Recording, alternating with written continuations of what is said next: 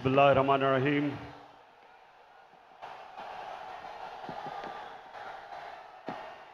अल्लाह तेरी इबादत करते हैं, तेरे से मदद मांगते हैं।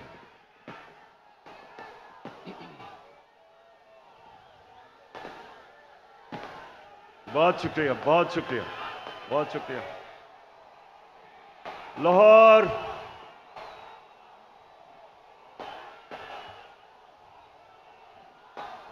शुक्रिया, शुक्रिया।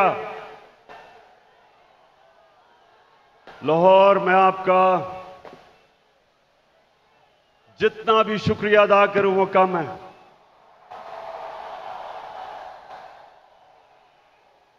मुझे पता था कि आप मुझे मायूस नहीं करेंगे।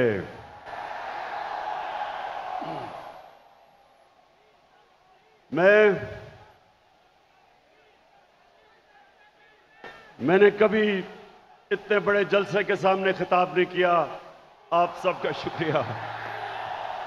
माशाअल्लाह, अल्लाह का भी शुक्र अदा करता हूं कि उसने आपके दिल में वो शऊर डाला, आपको जगाया। ये अल्लाह का करम है। ये अल्लाह का खास करम होता है जब वो एक कौम को जगा देता है और एक इंसानों के हजूम को एक कौम बना देता है। ये अल्लाह तेरा लाख लाख शुक्र है। लाहौर में इधर पास ही मेयो हॉस्पिटल में पैदा हुआ था और मुझे बचपन से एहसास था। ये आपने आज गौर से बातें सुन। सामने प्लीज बैठ जाएं, बैठ जाएं, आप बैठ जाएं। वो नीचे देख सकते, नीचे बैठ जाओ, बैठ जाओ, बैठ जाओ, बैठ जाएं, सामने बैठ जाएं। वो देख नहीं सकते, बैठ जाएं प्लीज। देखें, मैं पाकिस्तान के साथ बड़ा हुआ हूं। मैं बार बार लोगों को बताता हूं कि मेरे मां बाप एक गुलाम हिंदुस्तान में पैदा हुए थे और उन्होंने पाकिस्तान की तहरीक में शिरकत की थी। और बचपन से उन्होंने मुझे एक चीज बताई कि तुम खुशकिस्मत हो कि एक आजाद मुल्क में पैदा हुए हो। और मैंने जब क्रिकेट की ग्राउंडों के ऊपर अपने मुल्क का नाम ऊपर किया और हमारा पाकिस्तान आहिस्ता आहिस्ता आहिस्ता क्रिकेट की दुनिया में ऊपर जाना शुरू हुआ, तो हमें फख्र होता था कि हम वो पाकिस्तानी हैं जो एक आजाद पाकिस्तान को दुनिया में उठा रहे हैं। तो मेरे पाकिस्तानियों, लाहौर के लोगों, जो आप सब यहां हैं, जो बाहर हैं, वैसे मैंने कभी इतनी पब्लिक नहीं देखी। मैं फिर से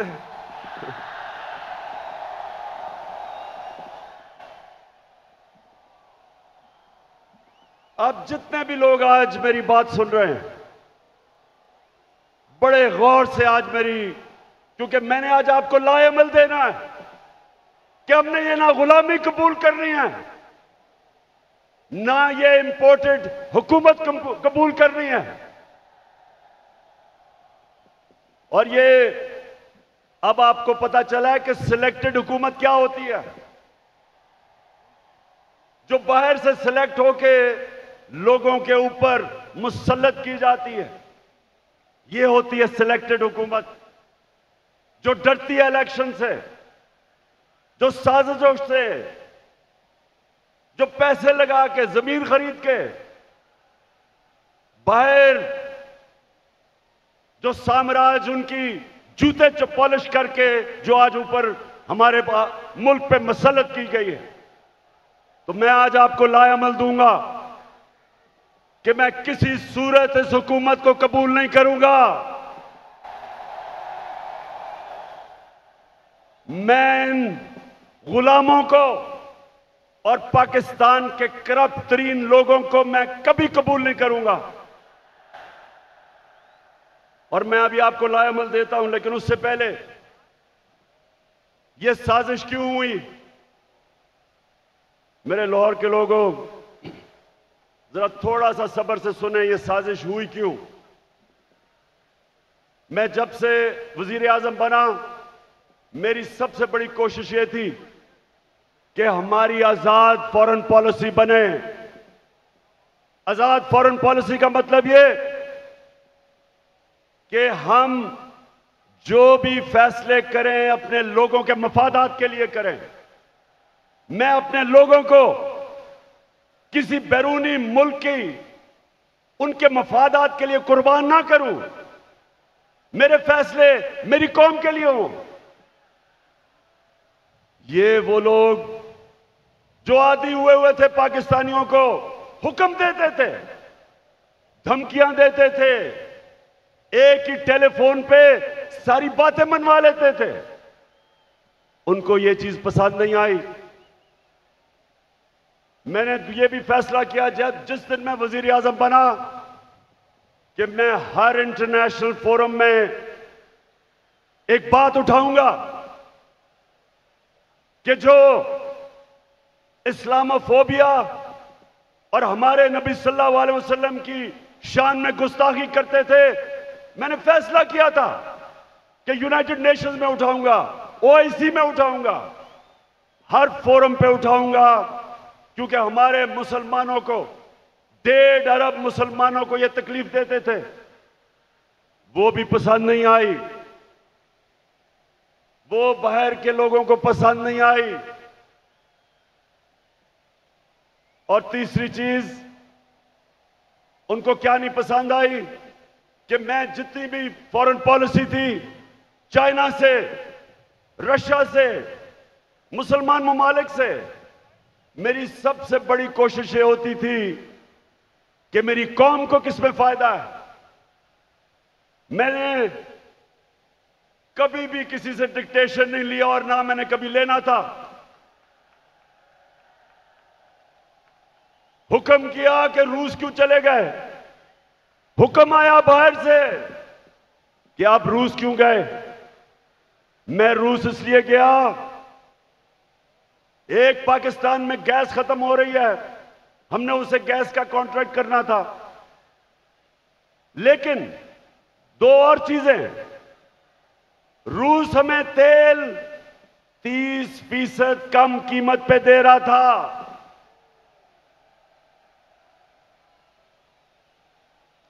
तेल 30% कम कीमत पे, इसका मतलब कि पेट्रोल और फजल रहमान को 30% कम पे हम बेच सकते थे।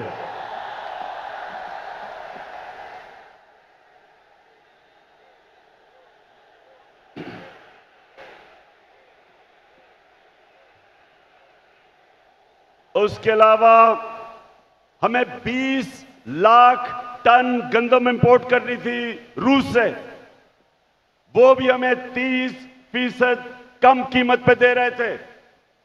मैं इसलिए गया था कि मेरे लोगों को फायदा था, मेरी आवाम को फायदा था, मैं महंगाई कम कर सकता था। और ये देखें कि हिंदुस्तान जो अमेरिका का करीबी एलाई है, स्ट्रेटेजिक एलाई है, वो तेल मंगवा रहा है रूस से। उसको अमेरिका ने कहा कि ना तेल खरीदो, उसने आगे से सीधा जवाब दिया अमेरिका को कि हम अपने लोगों के मफादात के लिए फैसले करते हैं। यानी कि हिंदुस्तान की फॉरेन पॉलिसी उनके लोगों के मफादात के लिए, और हमारी फॉरेन पॉलिसी किसी और कौम की मफादात के लिए।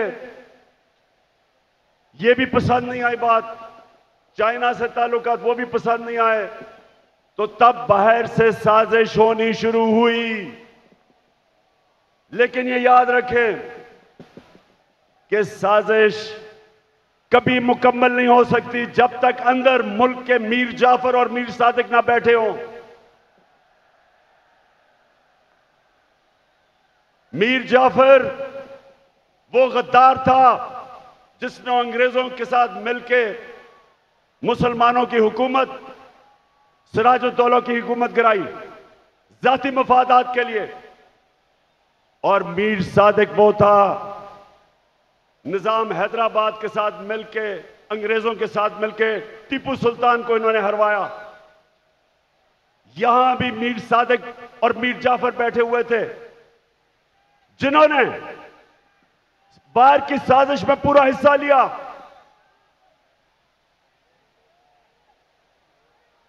क्या हुआ?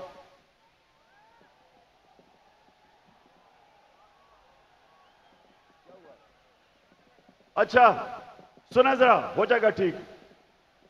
तो ये साजिश बाहर से हुई, अंदर मीर जाफर और मीर सादिक बैठे थे, अंदर थ्री स्टूजेस बैठे हुए थे, इन्होंने इनके साथ मिले। और भी इसके अंदर लोग मुलव्वस थे। और तारीख इन सारों को किसी को माफ नहीं करेगी जिन्होंने मिलके एक हुकूमत को कब गिराया। मेरे पाकिस्तानियों ये सुने, हमारी हुकूमत को तब गिराया जब हमारी हुकूमत की, और मैं चैलेंज करता हूं, सबसे बेहतरीन पाकिस्तान की परफॉर्मेंस तहरीक इंसाफ की हुकूमत की थी। हमारी इकोनॉमी सही तरफ जा रही थी, 5.6% पे हमारी इकोनॉमी बढ़ रही थी।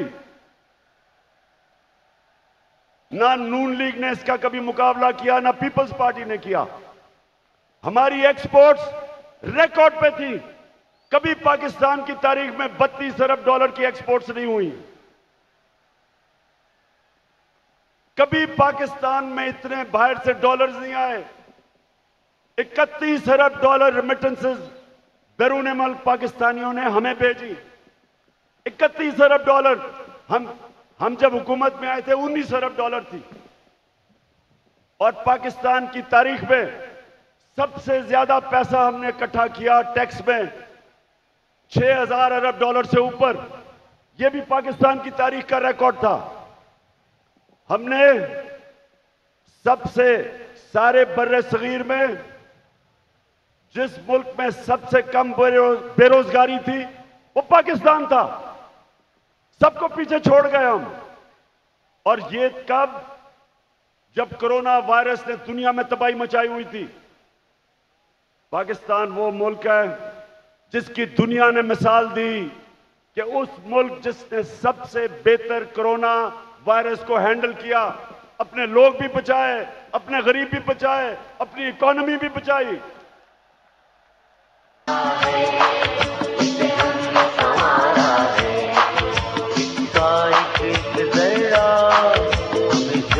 से प्यारा है।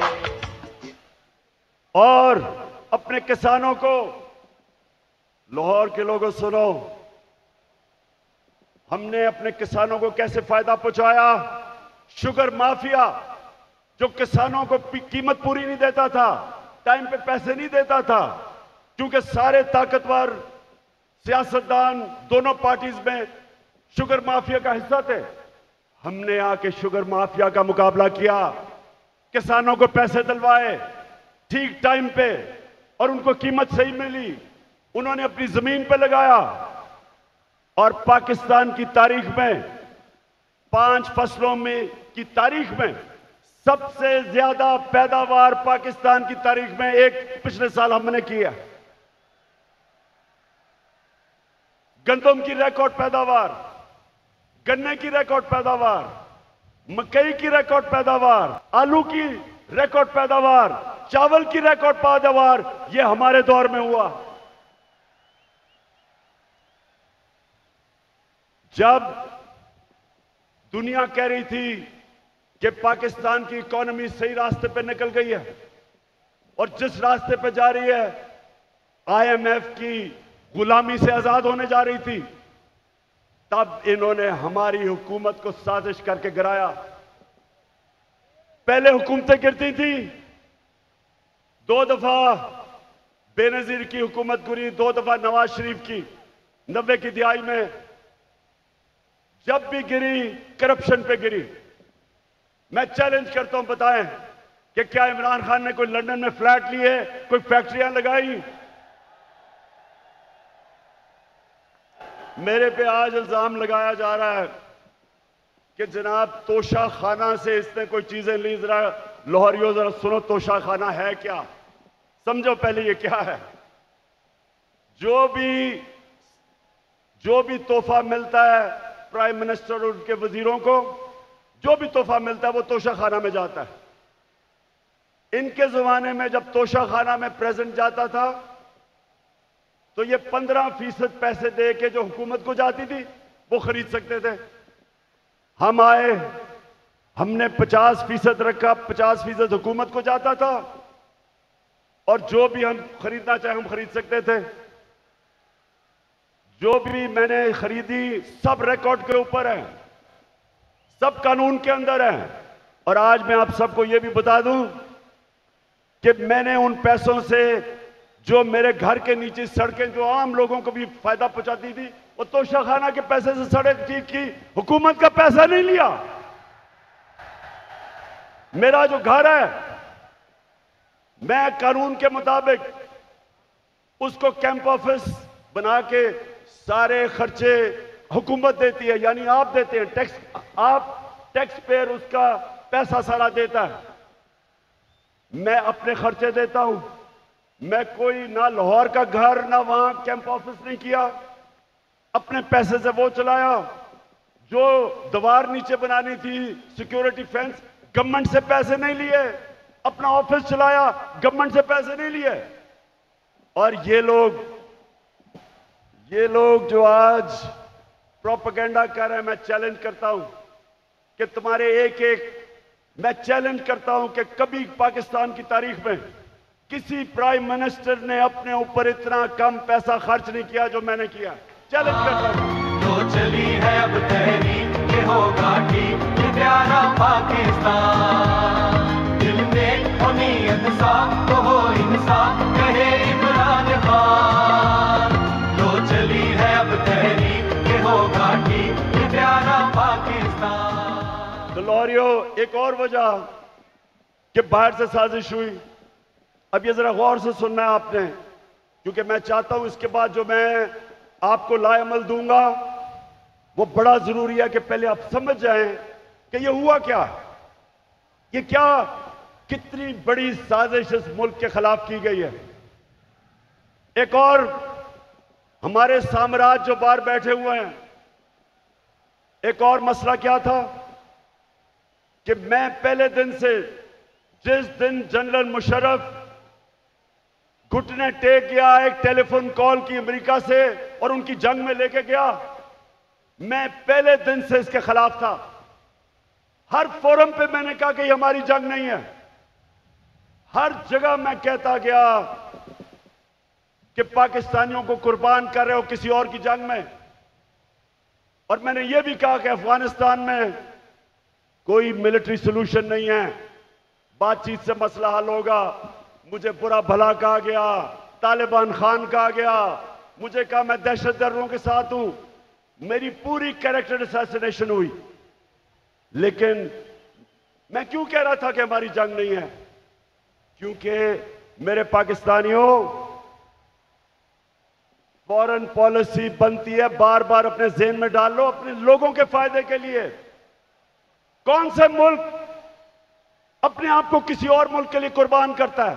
80,000 हमारे लोग शहीद हुए, 6,500 हमारे फौज के नौजवान शहीद हुए, हमारा कबायली इलाका उजड़ गया, 100 अरब से डॉलर से ज्यादा मुल्क को नुकसान हुआ। कभी कोई कमीशन बैठी, कभी किसी ने यह सोचा कि ये किसने हमें इस जंग में लेके गया ताकि आगे से हम इस तरह की हिमाकत ना करें। तो जब मेरे से इंटरव्यूअर ने पूछा क्या आप अमेरिका को बेच देंगे, क्या कहा मैंने? और क्या आप मेरे से कोई और उम्मीद रखते थे? एब्सोल्युटली नॉट के अलावा कोई उम्मीद रखते थे? क्योंकि मेरा जीना मरना पाकिस्तान में है। ये मेरा मुल्क है, ये मेरे लोग हैं। मैं क्यों अमेरिका के लिए अपने लोगों को कुर्बान करूं? तो ये भी उनको तकलीफ थी। उनको चाहिए थे चेरी ब्लॉसम बूट पॉलिश करने वाले, जो कहता कि बेगर्स आर नॉट चूजर्स, यानी कि क्योंकि हम मकरूज हैं, हम गुलाम हैं, हम आपके जूते पॉलिश करेंगे। पाकिस्तानियों, ये याद रखो, मैं बार बार आपको एक चीज कहता हूं, कभी कभी किसी जमात को वोट ना दो जिनके लीडर्स के पैसे जायदादें मुल्क से बाहर पड़ी हैं, कभी उनको वोट ना दो। ठीक करेगा सब कप्तान, नया बनेगा पाकिस्तान, नया बनेगा पाकिस्तान, नया बनेगा पाकिस्तान। डट के खड़ा है अब इमरान, नया बनेगा पाकिस्तान। डट के खड़ा है अब इमरान, ठीक करेगा सब कप्तान। क्योंकि जिधर इनके पैसे बाहर पड़े हैं, इनकी जायदादें बाहर पड़ी हैं, इनकी प्रॉपर्टीज बाहर हैं, इनके ऑफशोर अकाउंट्स बाहर हैं, ये याद रखें, ये कभी साम्राज्य का प्रेशर बर्दाश्त नहीं कर सकते। ये वो करेंगे जो उनको हुक्म मिलेगा। उनको इस तरह के करप्ट गुलाम पसंद इसलिए हैं कि ये हमेशा उनके सामने झुके रहेंगे। 400 ड्रोन अटैक हुए पाकिस्तान में। पाकिस्तानियों, 400 ड्रोन अटैक हुए यहां। कोई दुनिया में मिसाल ही नहीं कि जिस मुल्क के लिए आप जंग लड़ रहे हैं वो आपके ऊपर ही बमबारी कर रहा है। इसकी कोई मिसाल नहीं मिलती। 400 ड्रोन अटैक हुए पाकिस्तान में। एक दफा कभी नवाज शरीफ के मुंह से एक दफा निकला कि ये आप बड़ा गलत कर रहे हैं, ये सारे ह्यूमैनिटेरियन लॉज के खिलाफ है, ये कानून के खिलाफ है कि जज, जूरी, एग्जीक्यूशनर 4000 मील दूर बैठ के एक बटन दबाता है और लोग मर जाते हैं, नीचे बम फट जाते हैं। ये 400 ड्रोन अटैक्स हुए पाकिस्तान में। एक लफ्ज इनके मुंह से नहीं निकला। मैं निकला सड़कों पे, मैंने धरने किए ड्रोन्स के खिलाफ, मैंने हर जगह अपनी आवाज बुलंद की, लेकिन इनके मुंह से एक लफ्ज नहीं निकला, क्योंकि ये अपने पैसे के गुलाम हैं और पैसे बाहर पड़े हुए हैं इनके। और मेरे पाकिस्तानियों, जो मुझे सबसे ज्यादा तकलीफ है, आप में अभी हौसला है ना, मैंने आपसे बड़ी जरूरी बातें करनी है।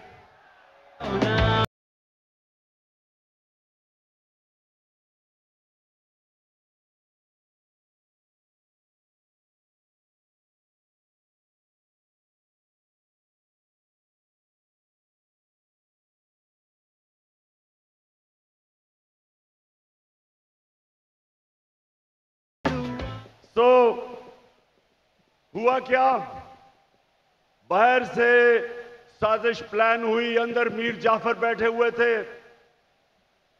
हमें एक मुरासला आता है, हमारे एम्बेसडर से मीटिंग होती है एक अमेरिकी ऑफिशियल की, और उधर वो उसको क्या कहता है, ये जरा सुने, तकब्बर सुने जरा, उसका तकब्बर। हमारे एम्बेसडर को कहता है कि अगर तुमने इमरान खान को इस नो कॉन्फिडेंस मोशन में ना हराया तो पाकिस्तान को बड़ी मुश्किलों का सामना करना पड़ेगा। तकब्बर सुने, 22 करोड़ हमारी आवाम, दुनिया का 5वां 6वां बड़ा मुल्क, और एक ऑफिशियल हमारे एम्बेसडर को कह रहा है कि अगर तुमने इमरान खान को, ये जो उसके खिलाफ नो कॉन्फिडेंस मोशन आ रहा है, अभी आया नहीं था, उसको पहले ही पता था, कहता कि अगर ये आपने इसको ये अगर कामयाब ना हुआ इसके खिलाफ तो पाकिस्तान को बड़ी मुश्किलों का सामना करना पड़ेगा। लेकिन अगर कामयाब हो गया, और ये सुनो मेरे पाकिस्तानियों, कहता अगर कामयाब हो गया तो हम पाकिस्तान को माफ कर देंगे।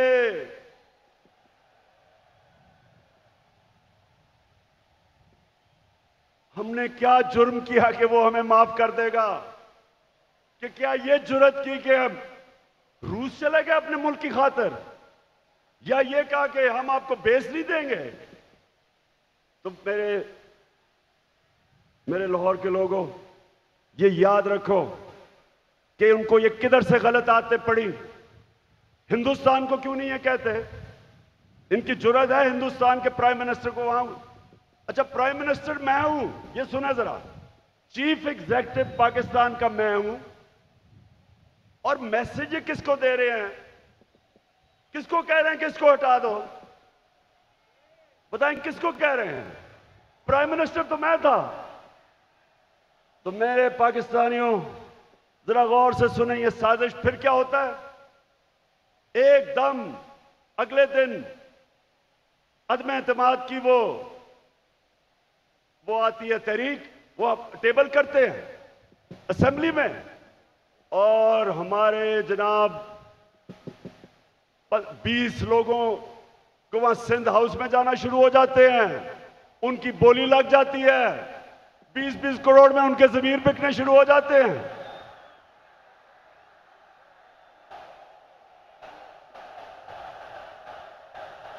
मैं तो देखूंगा, मैं तो देखूंगा, तुम भी देखोगे। और फिर जो हमारे इत्तेहादी हैं, मैं मुंह ने सिलाई आज आपको खराज तहसीन पेश करता हूं। आप वाहिद रह गए, बाकी सारे चले गए। मैं तो देखूंगा, मैं तो देखूंगा, उनकी कीमतें लगी, बोलियां लगी, जैसे बकरा ईद पे बकरे बिकते हैं। बंद किया जनाब उनको सिंध हाउस के अंदर, सिंध से पुलिस लेके आए। सोचे ये पाकिस्तान में हो रहा है। मैं अपनी आज बड़े अदब से मैं अपनी अदालतों से पूछता हूं कि क्या ये आइन के खिलाफ नहीं है, ये कानून के खिलाफ नहीं है कि बिक रहे हैं बकरों की तरह? अवाम से वोट लेके आए हमारे टिकट पे, और वहां जाके उनकी बोलियां लग गई। यानी ये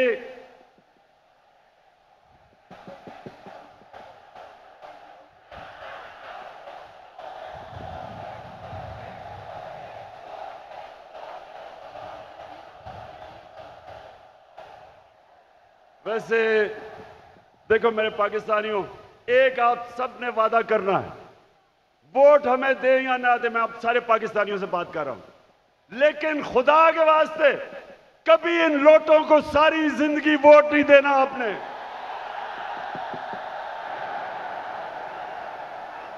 जमीर फरोशों को, जिनका ना कोई दीन है ना ईमान है, ना उनमें शर्म है, कि सारी जिंदगी उनके बच्चों के ऊपर धब्बा लगेगा कि ये हैं वो लोग जिन्होंने अपने आप को बेचा, अपने जमीरों को बेचा। सारी जिंदगी के लिए इनके ऊपर एक मोहर लगे कि कभी ये सियासत के पास ना आए। जिन जिन हलकों में ये जाएंगे, मेरी कौम पाकिस्तानियों, अगर आपने इनको किसी भी हलके में जीतने दिया, आप इस मुल्क से गद्दारी करेंगे।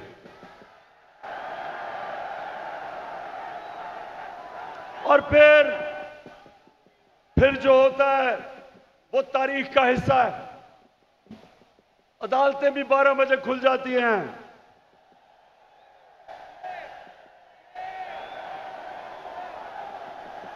मेरे यहां दोनों स्पीकर बैठे हुए हैं, एक्स स्पीकर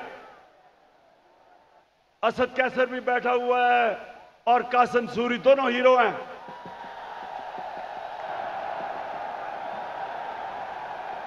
हम सारा वक्त, हमारे आइन में ट्राइकोटमी ऑफ पावर की बात थी।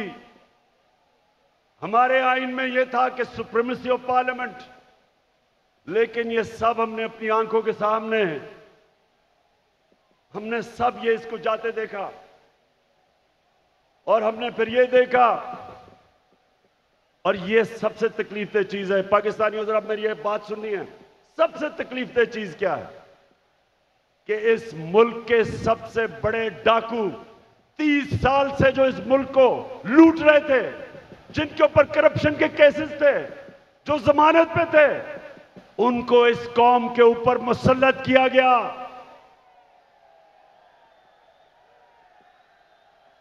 पाकिस्तानियों, मैं मेरे से बेहतर शायद कोई भी पाकिस्तान की सियासत में ना अमेरिकनों को जानता है, ना यूरोपियंस को जानता है जो मैं जानता हूं।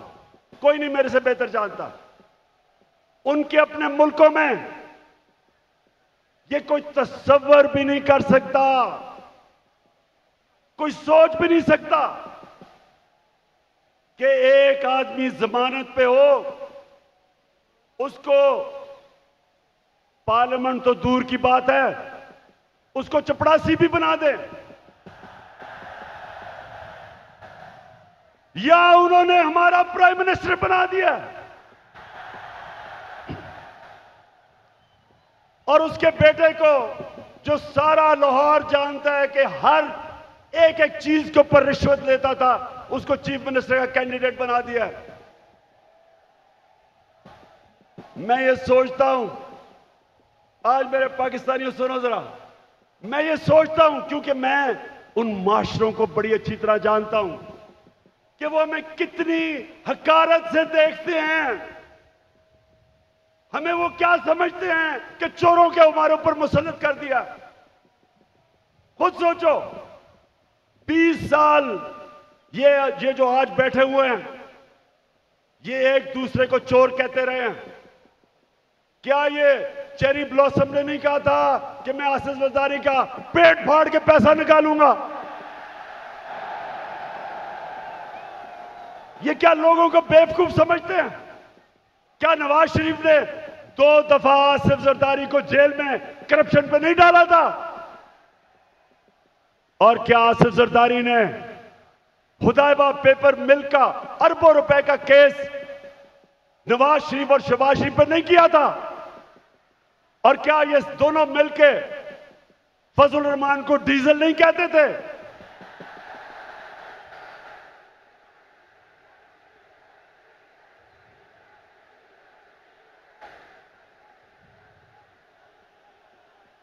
इससे ज्यादा आप एक मुल्क के ऊपर क्या जुल्म कर सकते हैं कि ये 3 स्टूजेस को, ये मुल्क के माना डाकुओं को मुल्क के ऊपर मुसल्लत करें। मैं आपको आज ये बता रहा हूं, जब तक मैं जिंदा हूं मैं इनका मुकाबला करूंगा, मैं कभी इनको तस्लीम नहीं करूंगा। पुत्र हटाते नहीं विकजे, पुत्र हटाते नहीं विकजे, की लबनी विच बाजार बुड़े, देन मेरे दादा दी से देन। पाकिस्तानियों, अब ये जरा मेरी बात सुना। ये इतना बड़ा इस मुल्क पे जुल्म किया इन्होंने कि आपको अंदाजा नहीं कि ये जो हमारे माशरे को करेगा, एटम बॉम्ब भी नहीं कर सकता। मेरे नबी सल्लल्लाहु अलैहि वसल्लम ने तकरीबन 1500 साल पहले कहा था, ये सुने मेरी बात खामोशी से, ये बहुत जरूरी आपके लिए समझना है कि क्यों पाकिस्तान एक अजीम कौम नहीं बन सका। 1500 साल पहले उन्होंने कहा था, मेरे पाकिस्तानियों, 1500 साल पहले उन्होंने कहा था कि वो कौमें बर्बाद हो जाती हैं जो छोटे चोरों को पकड़ के जेल में डालती हैं और बड़े डाकुओं को उनका निजाम पकड़ नहीं सकता। ये है आपके सामने। अब इससे बड़ी मिसाल क्या है कि 40 अरब रुपया शहबाज शरीफ और इसके बेटों के ऊपर 40 अरब रुपए के एफआईए में और नैब में केसेस हैं। एफआईए के 16 अरब रुपए इसके नौकरों के नाम पे एफआईए ने पकड़े हैं और इस आदमी को प्राइम मिनिस्टर बना दिया।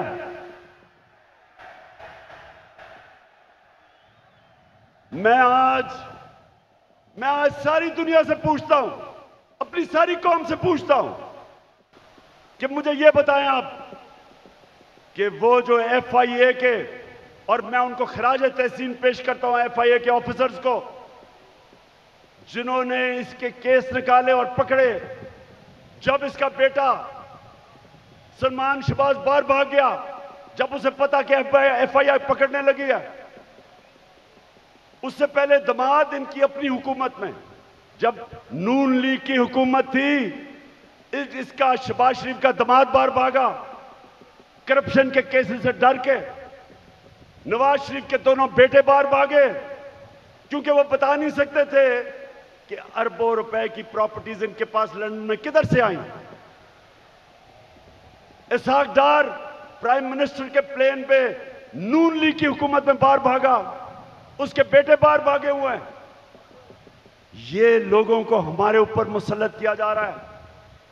95% इनके ऊपर केसेस हमारे दौर में नहीं बने, पहले के बने हुए हैं। और ये लोग आज जिधर आके बैठ गए हैं, मुझे ये बताएं कि कौन सा गवर्नमेंट ऑफिसर इनके खिलाफ एक्शन लेगा? कब आगे से FIA कब इनके खिलाफ एक्शन लेगी? जब उनको पता ये होगा कि ये तो उनके ऊपर इंतकामी कार्रवाई करेंगे अगर वापस आ गए। अब सोचें, कहीं दुनिया में होता है कि वो FIA जिसने इसके ऊपर केसेस निकाले हैं, ये उसी के ऊपर आके बैठ गया और सबसे पहले इसने उस दिलेर ज़हीन ऑफिसर को फारग किया जिसने इसके केसेस पकड़े थे। तो मैं फिर बड़े अदब से अपनी अदलिया से पूछता हूं कि क्या आपका काम नहीं इनकी हिफाजत करना, इन ऑफिसर्स की? क्या आपका काम नहीं कि एक कॉन्फ्लिक्ट ऑफ इंटरेस्ट, कि जो आदमी FIA में पकड़े हुए केसेस, आपका काम नहीं उनकी हिफाजत करना? तो पाकिस्तानियों, मैं आज आपके सामने एक और बात कहता हूं। 3.5 साल मैं हुकूमत में कोशिश करता रहा कि इनके केसेस आगे बढ़े। 3.5 साल में कोशिश करता रहा। पुराने केसेस थे इनके, जरदारी के ऊपर अरबों रुपए के केस थे, उसकी और उसकी वो जो ओमनी ग्रुप, बिलावल भुट्टो को भी उसी अकाउंट से पैसा जा रहा है, फेक अकाउंट से, जिधर रेहान अली को पैसा जा रहा है। साफ ओपन एंड शट केस, वो जो सिंध का चीफ मिनिस्टर है उसके ऊपर पूरा केस ओपन एंड शट, लेकिन कुछ होता ही नहीं था। मेरे नीचे ना नैब भी मेरे नीचे नहीं, अदलिया आजाद। क्या कर सकते थे? स्वयं FIA के केसेस जो इसके ऊपर हुए और वो भी डर डर के बेचारों ने किया, तो मेरे हाथ में क्या था? और जिनके हाथ में पावर थी, मैं आज आपको यह कहना चाहता हूं कि वो करप्शन को बुराई नहीं समझते थे।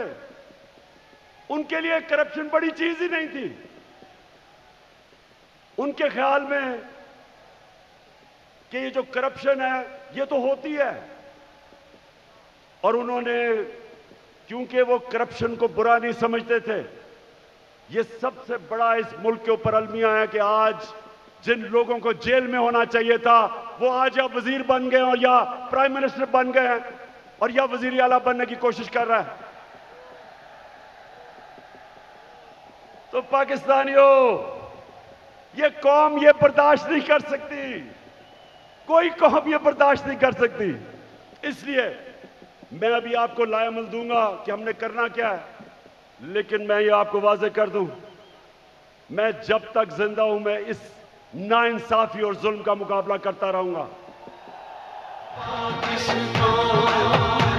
बनेगा नया पाकिस्तान, बनेगा नया पाकिस्तान।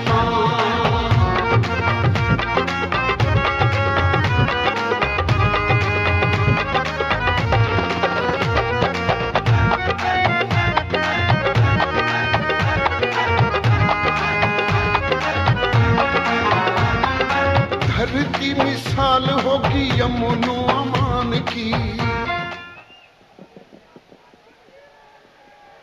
पाकिस्तानियों, लाहौर के मेरे बाशऊर शहरियों,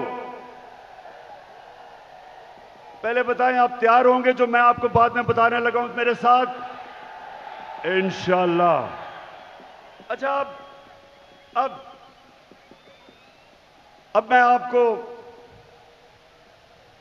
जिस चीज की मुझे और बहुत तकलीफ है कि वो केसेस जो भी ताकतवर है यहां, उनको हमारा इंसाफ का निजाम कानून के नीचे ला ही नहीं सकता।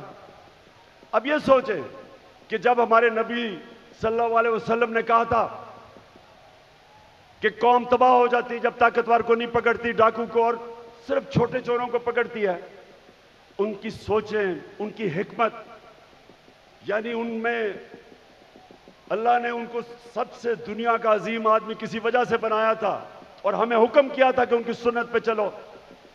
देखिए, छोटा चोर भैंस चोरी कर लेगा, मोटरसाइकिल चोरी कर लेगा, ज्यादा से ज्यादा गाड़ी चोरी कर लेगा, कितना पैसा बना लेगा। लेकिन जब बड़ा डाकू चोरी करता है, अरबों रुपए की चोरी करता है, अब वो बिस्तर के नीचे नहीं वो पैसा रख सकता, वो बैंक में नहीं डाल सकता क्योंकि पकड़ा जाएगा। लिहाजा वो पैसा मुल्क से बाहर भेजता है, दुगना नुकसान करता है, चोरी भी बड़ी करता है। और जब वो पैसा मुल्क से बाहर भेजता है, जिसको मनी लॉन्ड्रिंग कहते हैं, तो वो डॉलर खरीद के भेजता है। जब वो डॉलर खरीदता है, डॉलर के ऊपर प्रेशर पड़ता है, रुपए की कीमत गिरती है। जब रुपया गिरता है, महंगाई आती है, गुर्बत बढ़ती है। आज ये हाल है कि यूनाइटेड नेशंस के सेक्रेटरी जनरल ने एक कमेटी बनाई है जिसको कहते हैं फैक्ट टाइप पैनल। उस पैनल को उसने कहा इन्वेस्टिगेट करो कि क्या वजह है कि गरीब मुल्क गरीब हो रहे हैं और अमीर मुल्क अमीर हो रहे हैं। आपको पता है उस पैनल ने क्या, उसने जब इन्वेस्टिगेट किया तो क्या चीज सामने आई कि हर साल, पाकिस्तानियों इधर और से सुनो, हम IMF से हम सिर्फ 6 अरब रुपए के कर्जा जब लेते हैं तो हमें उनकी हर बात माननी पड़ती है। हमें मुल्क के ऊपर एक जंजीर डाल जाती है गले में, 6 अरब डॉलर पे। तो हर साल गरीब मुल्कों से जो पैसा जाता है अमीर मुल्कों में, ऑफशोर अकाउंट्स में, लंदन फ्लैट्स में, वो 1700 अरब डॉलर है। 1700 अरब डॉलर हर साल गरीब मुल्कों से चोरी होकर अमीर मुल्कों में जाता है। हमारे मुल्क से अंदाजा लगाया जाता है 15 अरब डॉलर हर साल बाहर जाता है चोरी करके। और वो कौन करता है? वो भैंस चोर या मोटरसाइकिल चोर नहीं करता, वो ये बड़े बड़े डाकू जो आज ऊपर मुसल्लत कर दिए हैं, ये चोरी करके पैसा बाहर भेजते हैं। और इसलिए मेरे पाकिस्तानियों, इनका मुकाबला करना है हमने। ये है हमारी हकीकी आजादी की जंग जो मैं आपको आज तैयार करवाने आया हूं उसके लिए। फिर से तू अड़ जा, फिर से तू डट जा, फिर से वो बल्ला घुमा।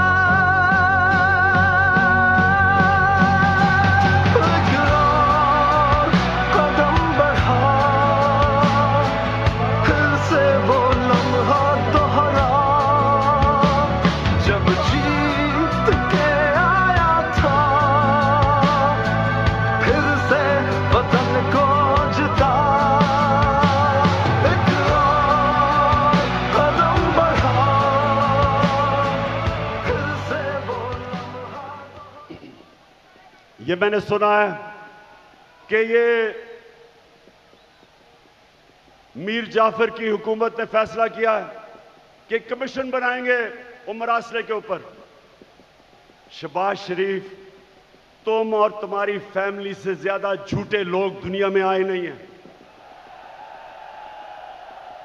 तुम्हारे से ज्यादा करप्ट लोग इस दुनिया में नहीं आए। आपने आपने तो जाके लाहौर हाई कोर्ट में गारंटी दी थी कि नवाज शरीफ वापस आ जाएगा। नवाज शरीफ ने नेशनल असेंबली में खड़े होकर कहा, जब पनामा में ये पकड़े गए, पनामा में क्या हुआ था? पनामा में पता चला, इंकशाफ हुआ कि जो 4 महंगे तरीन लंदन में मेफेयर की अपार्टमेंट्स हैं वो मरियम के नाम पे हैं। तो जब पनामा में यह इंकशाफ हुआ तो नवाज शरीफ ने असेंबली में जाके कहा कि ये हैं वो दस्तावेज जो साबित करते हैं कि ये लीगल खरीदे गए हैं। वो सारे दस्तावेज जाली निकले। फिर सुप्रीम कोर्ट में कहा, कहता कतरी खत आ गया। वो कतरी खत कहता है कि हमने कैसे अपार्टमेंट लिए, वो भी जाली निकला। फिर मरियम ने सुप्रीम कोर्ट में कहा, एक ट्रस्ट डीड उसने दिखाई। अब ट्रस्ट डीड क्या कहती है? उन्होंने कहा जी ये मेरे भाइयों के मेरे बीच में ये ट्रस्ट डीड थी।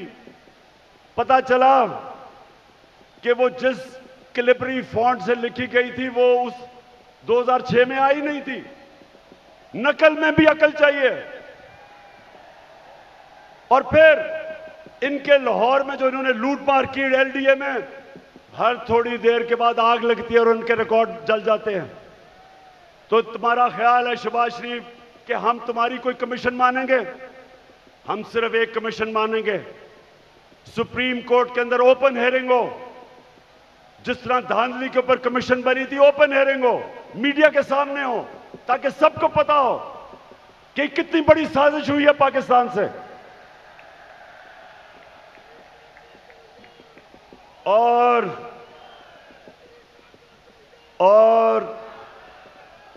ये जो भी चीफ इलेक्शन कमिश्नर है, ये जो चीफ इलेक्शन कमिश्नर है, इसको तो नून लीग के अंदर कोई ऑफिस का ओहदा दे दो। इसका जितना इसने तहरीक इंसाफ के खिलाफ काम किया आके, मैं तो कहता हूं कि नून लीग के लोग भी शर्म आती उनको काम करते हुए कि सारे फैसले हमारे खिलाफ। फॉरेन फंडिंग केस क्या है? हमें बैरून मुल्क पाकिस्तानियों ने पैसे भेजे, वो पाकिस्तानी जो कि 31 अरब डॉलर इस मुल्क को भेजते हैं जिस पे पाकिस्तान चलता है, वो फॉरेन फंडिंग नहीं है। और हमने इनको बार बार कहा है कि जब भी आप इन्वेस्टिगेट करें तो नून लीग की भी साथ इन्वेस्टिगेशन करें, पीपल्स पार्टी की भी करें। और लाहौर के लोगों, मैं आपके सामने दावा करता हूं कि जब भी हमारी सामने इन्वेस्टिगेशन होगी, दूध का दूध पानी का पानी हो जाएगा। एक पार्टी होगी पाकिस्तान की तारीख में जो पॉलिटिकल फंड रेजिंग करती है, लोगों से पैसे इकट्ठे करती है। इनके पैसे वो बिजनेसमैन देते हैं जिनके साथ मिलकर ये पैसे बनाते हैं, उनको कॉन्ट्रैक्ट्स दिलवाते हैं, फिर उनसे पैसे लेते हैं। एक एक का नाम भी मुझे पता है, उनसे पैसे लेते हैं। इनके पास कोई फंड रेजिंग का तरीका नहीं है।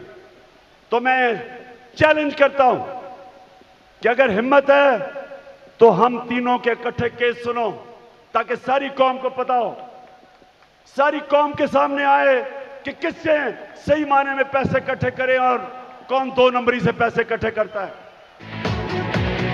वतन की हालत को सुधारो, तब्दीली आ गई है यारो।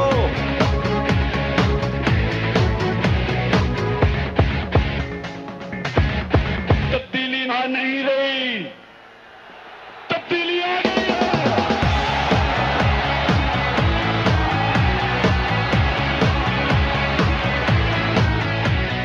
अब गरीब ना। वैसे मैं सोचता हूं ये नून लीग के और पीपल्स पार्टी के लोगों को मैं सोचता हूं, और वो डीजल वाले के लोगों को भी, कि मुझे ये बताएं कि कोई आपको शर्म नहीं आती कि वहां जरदारी फैमिली के अलावा कोई नहीं आता ऊपर, यहां शरीफ फैमिली के अलावा कोई नहीं आता, उधर फजल रहमान के बेटों के अलावा कोई नहीं आता? कोई आपको शर्म नहीं आती कि किसी में सलाहियत नहीं ऊपर आने की? हमारी पार्टी में क्यों नहीं है? बताएं मेरा कौन सा रिश्तेदार है, बताएं कौन है रिश्तेदार, कौन सा दोस्त है मेरा पावर में, क्योंकि मेरिट के ऊपर चल रहे हैं हम। ये खानदानी पार्टीज, मैं इनके ऊपर हैरत मुझे होती है कि क्यों नहीं इनको अजीब लगता कि वो एक बच्चे को बाहर से उर्दू उसको पूरी आती नहीं, उसके सामने बड़े बड़े झुके हुए होते हैं। वो जब नवाज शरीफ प्रेसिडेंट ओबामा को मिला पर्चियां पकड़ के, तो जिसकी काम पे टांग रही थी, 14 साल हो गए उर्दू नहीं आ रही सही तरह, करती करते में फर्क ही नहीं पता चलता उसको। तो दूसरी तरफ वो मरियम तैयार है, जिसने जिंदगी में 1 घंटे का काम नहीं किया, वो तैयार बैठी है, उसका बेटा तैयार बैठा है, उनके रिश्तेदार तैयार बैठे हैं सबके। तो कोई इनके लोगों को कोई एहसास नहीं कि ये हैं कौन, इनकी सलाहियत क्या है सिवाय चोरी करने के, कि इनके अलावा कोई ऊपर ही नहीं आ सकता।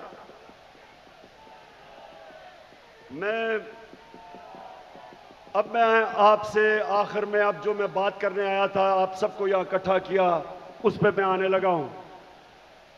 तो मैं सबसे पहले पाकिस्तानियों, अब आपने थोड़ी सी जरा तहम्मुल से मेरी बात सुननी है, क्योंकि इसके लिए मैंने आज आपको बुलाया है। देखिए पाकिस्तानियों,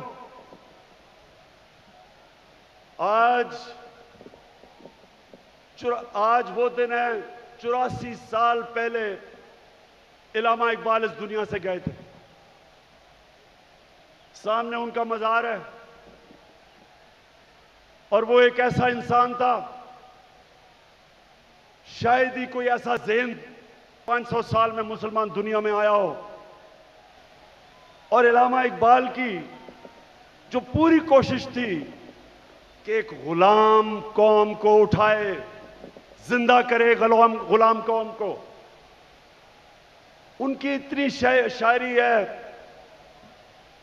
लेकिन जो मुझे सबसे ज्यादा पसंद है, और आज जो मैं एक फिक्रा कहना चाहता हूं, कि उस रिस्क से मौत अच्छी है जिस रिस्क से परवाज में आती है कोताही।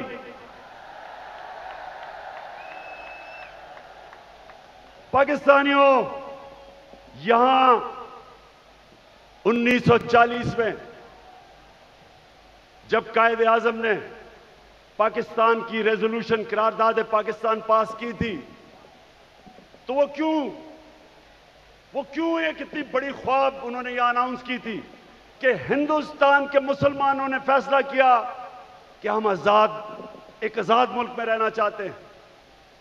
ये पाकिस्तान सिर्फ इस खित्ते के मुसलमानों के लिए नहीं था, जो हिंदुस्तान में मुसलमान जो नहीं पाकिस्तान आ सके, उन्होंने भी वोट दी पाकिस्तान के लिए, क्योंकि पाकिस्तानियों बड़ी ख्वाब का नाम था पाकिस्तान। और पाकिस्तान का जो नारा था, पाकिस्तान का मतलब क्या, मैं ये चाहता हूं आज कि पहले आप ला इलाहा इल्लल्लाह का मतलब सही माने में समझ लें। ला इलाहा इल्लल्लाह का मतलब यह है कि वो एक इंसान को आजाद कर देता है, एक छोटे इंसान को एक अजीम इंसान बना देता है। मौलाना रूमी ने कहा कि अल्लाह ने जब तुम्हें पर दिए, क्यों चूंटियों की तरह जमीन में रेंग रहे हो? क्योंकि ला इलाहा इल्लल्लाह इंसान को पर देता है। जब इल्लामा इकबाल कहता है कि परवाज में कोताही ना आए, तो कोताही तब आती है जब इंसान गुलामी करता है। कभी गुलाम बड़े काम नहीं कर सकता, सिर्फ एक आजाद इंसान बड़े काम कर सकता है। और मैंने रहमतुल लिल आलमीन अथॉरिटी इसलिए बनाई क्योंकि मुझे एहसास हुआ कि हमारे बच्चों को, हमारे नौजवानों को सीरत नबी का तो पता ही नहीं है। हमारे नबी सल्लल्लाहु अलैहि वसल्लम ने ये जरा लाहौर के लोगों तहम्मुल से सुनो मेरी बात। उन्होंने मदीना में इंसानों को पर लगा दिए। वो अरब जिनकी कोई हैसियत नहीं थी, दो सुपर पावर थी दोनों तरफ, पर्शियन और रोमन एम्पायर, बैजेंटाइन एम्पायर, बीच में वो अरब जिनकी कोई हैसियत नहीं थी।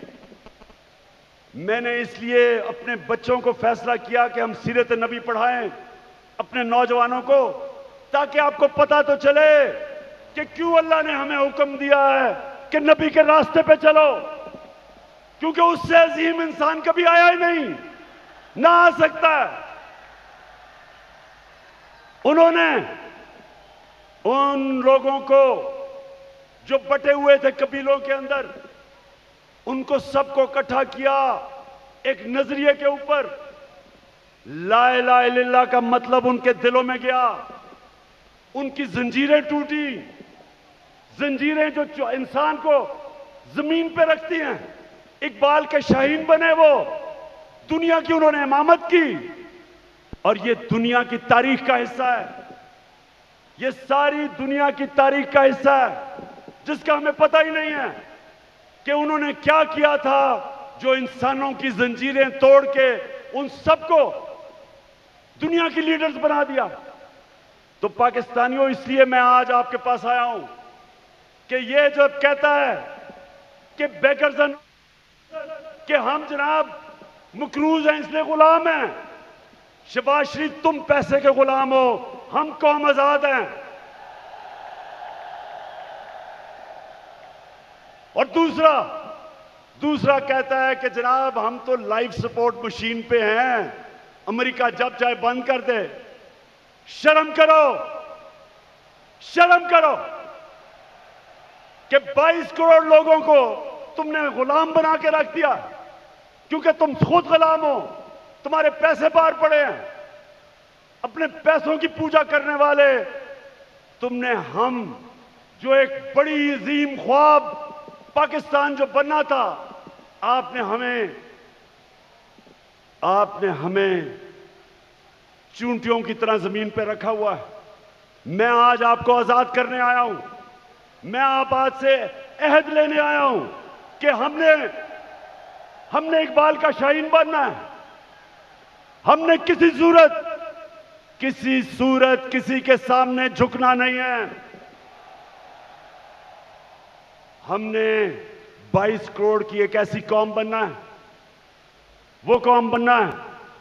और मेरा लीडर कायदे आजम था, जो एक गुलाम हिंदुस्तान में भी आजाद आदमी था।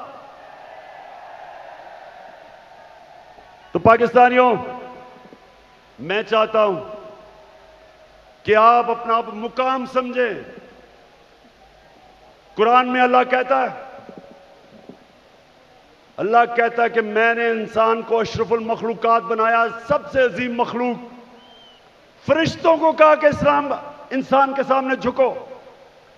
शैतान को उन्होंने जन्नत से निकाला एक वजह से, इबादत तो वो सबसे ज्यादा करता था अल्लाह की, क्योंकि उसमें तकब्बर था, कहता मैं इंसान के सामने नहीं झुकता। और अल्लाह ने उसे कहा कि तुम्हें भी अंदाजा नहीं कि मैंने इसको क्या सलाहियतें दी हैं। और कुरान में फिर ये भी है, जब इंसान ऊपर जाता है तो फरिश्तों के उससे ऊपर चला जाता है, लेकिन जब वो गिरता है जानवरों से नीचे गिर जाता है।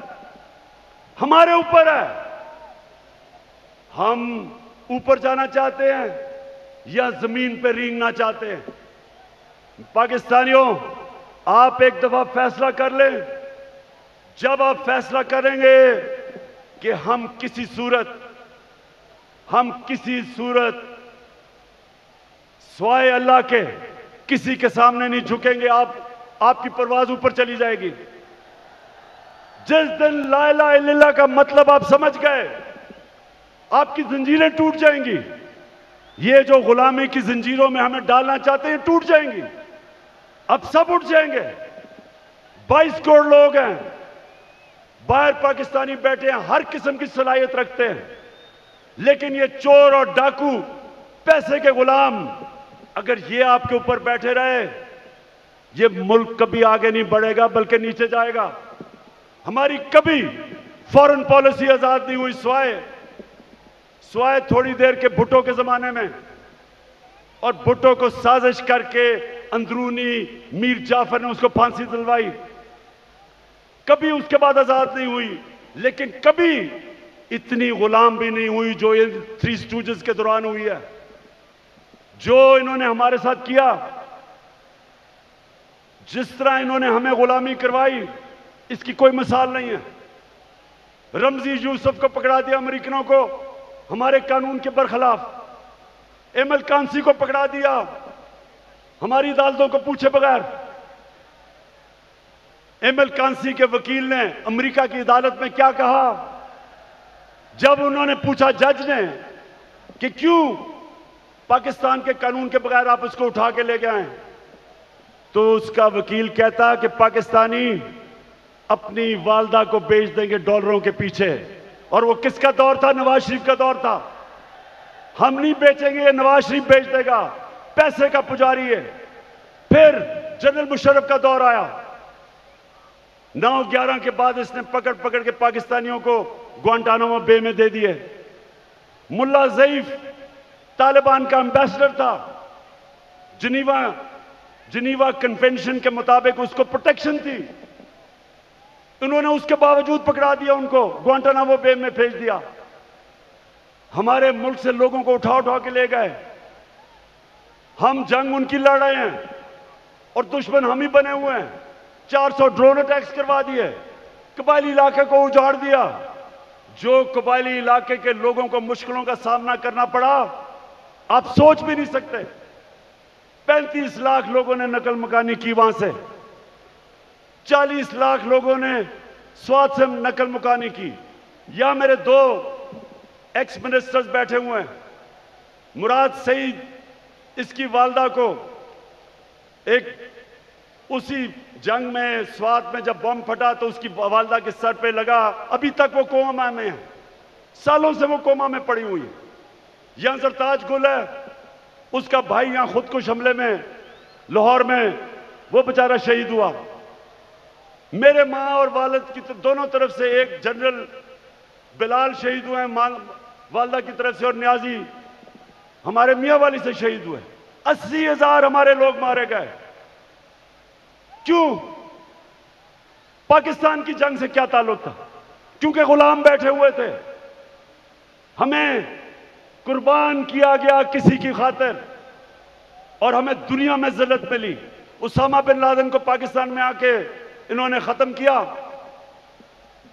कोई 3 दिन कोई बोला नहीं। प्रेसिडेंट ओबामा अपनी किताब में लिखता है कि मुझे बड़ा खौफ था कि मैं सदर जरदारी को जब टेलीफोन करूंगा वो बड़ी मुजम्मत करेगा कि तुमने हमारे मुल्क में आके ये किया क्या। कहता जब 3 दिन के बाद मैंने जरदारी को टेलीफोन किया तो कहता मुझे मुबारक देनी शुरू कर दी उसने।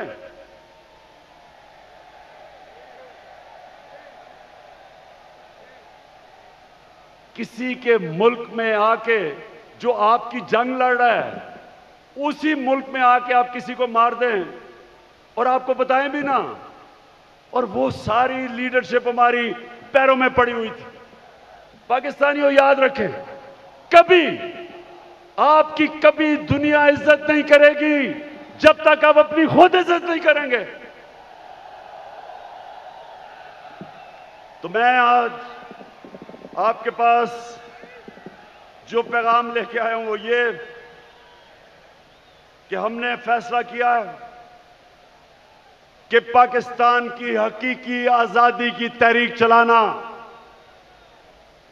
हमारे ये मुखालिफ समझते हैं कि जी मीनार पाकिस्तान के बाद क्या होगा। कान खोल के सुन लो,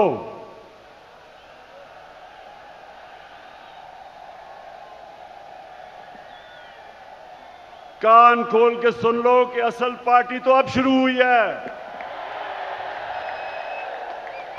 डट के खड़ा है अब इमरान, ठीक करेगा सब कप्तान। नया बनेगा पाकिस्तान, नया बनेगा पाकिस्तान, नया बनेगा पाकिस्तान।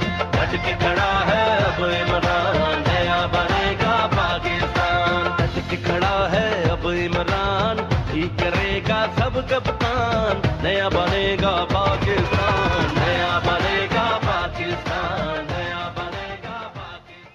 हमने सारे पाकिस्तान, ये मैं तहरीक इंसाफ को कॉल नहीं दे रहा, मैं अपने सारे पाकिस्तानियों को कॉल दे रहा हूं, बल्कि मैं नून लीग और पीपल्स पार्टी के लोगों को जो इस मुल्क में आजादी चाहते हैं, जिनको पता नहीं कि कितनी बड़ी साजिश हुई है, मैं उनको भी आज पैगाम दे रहा हूं कि आपने सबने तैयारी करनी है।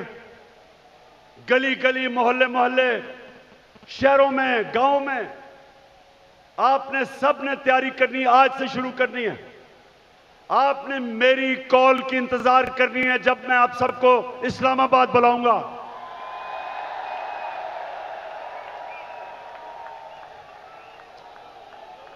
मैं आज ये वाजे कर दूं कि मैं किसी किस्म का तसादुम नहीं चाहता। ये मेरा मुल्क है, मेरे कोई इस मुल्क के बाहर जाने की जगह नहीं। ये तो जब भी थोड़ी मुश्किल आती है बाहर भाग जाते हैं। ऐसे लगता है कि ये बरतानिया की क्वीन को इनके रिश्तेदार है, सारे वहीं भाग जाते हैं। वो इसहाक डार, वो यहीं इधर ही पुराने शहर में, उसका बाप की साइकिलों की दुकान थी, बड़ा मेहनत का आदमी था, लेकिन आजकल उनको जरा देखें, लगता है वो कोई बरतानिया का लॉर्ड था। तो ये वो लोग हैं, ये वो लोग हैं जब मुश्किल पड़ती है बाहर भाग जाते हैं। हमारा मेरा जीना मरना पाकिस्तान है। किसी किस्म का मैं तसादुम नहीं चाहता अपने मुल्क में। हमारी फौज है, हमारी पुलिस है, और फौज का भी मैं ये कह दूं कि अगर हमारे पास एक ताकतवर फौज ना होती तो आज पाकिस्तान के 3 टुकड़े हुए होते। हमारे जो दुश्मन हैं वो सिर्फ इसलिए कामयाब नहीं हुए कि माशाअल्लाह हमारी कौम अपनी फौज के साथ खड़ी है। हमारी फौज ने एक गलत फैसला मुशर्रफ ने किया, गलत फैसला उसने किया, लेकिन हमारी फौज ने जिस तरह की कुर्बानियां दी, वो कुर्बानियां ना देते तो आज पाकिस्तान का भी वो जो शाम और इराक का हाल है वो होता। तो हम आज दाद देते हैं अपनी फौज को, अपनी पुलिस को। हम चाहते हैं कि हमारी पुलिस भी एक मजबूत पुलिस फोर्स बने।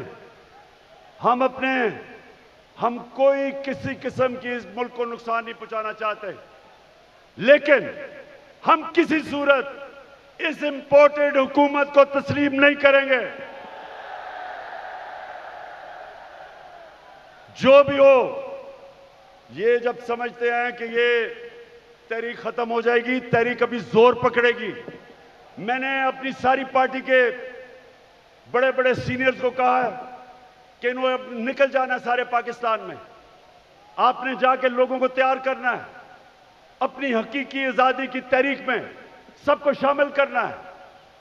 आपने अपने इलाकों से निकल के, और सीनियर लीडरशिप ने पाकिस्तान के उन इलाकों में जाना है ताकि लोग तैयार हों, मेरी कॉल की इंतजार करें। और मैं सिर्फ एक चीज चाहता हूं, कोई और चीज नहीं चाहता। मैं चाहता हूं कि जल्दी से जल्दी इलेक्शन अनाउंस किए जाएं। हम एक जमहूरी पार्टी हैं, हम जमहूरियत चाहते हैं, लेकिन हम कभी भी इस सिलेक्टेड इंपोर्टेड हुकूमत को कभी तस्लीम नहीं करेंगे। एक ही तरीका है, जिनसे भी गलती हो गई, एक ही तरीका है गलती ठीक करने का, फौरी इलेक्शन करवाओ।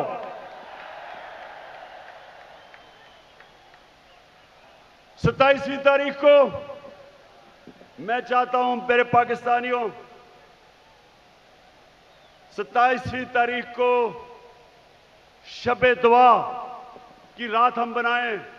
अल्लाह से दुआ करें कि हमारी हकीकी आजादी की तहरीक को कामयाब करे अल्लाह। और मैं सबसे अब आखिर में ये अहद लेना चाहता हूं, आपने आज हाथ खड़ा करके मेरे साथ एक अहद करना है। कि आपने मेरे बाद रिपीट करना है। मैं जवाब आपको कहूंगा, रिपीट करना है। क्या हम सब आज अहद करते हैं कि हम अपने मुल्क की हकीकी आजादी और जमहूरियत के लिए हर वक्त जद्दोजहद करेंगे, तब तक जद्दोजहद करेंगे जब तक इलेक्शन अनाउंस नहीं होते। पाकिस्तान जिंदाबाद। ये होगा ठीक, ये प्यारा पाकिस्तान।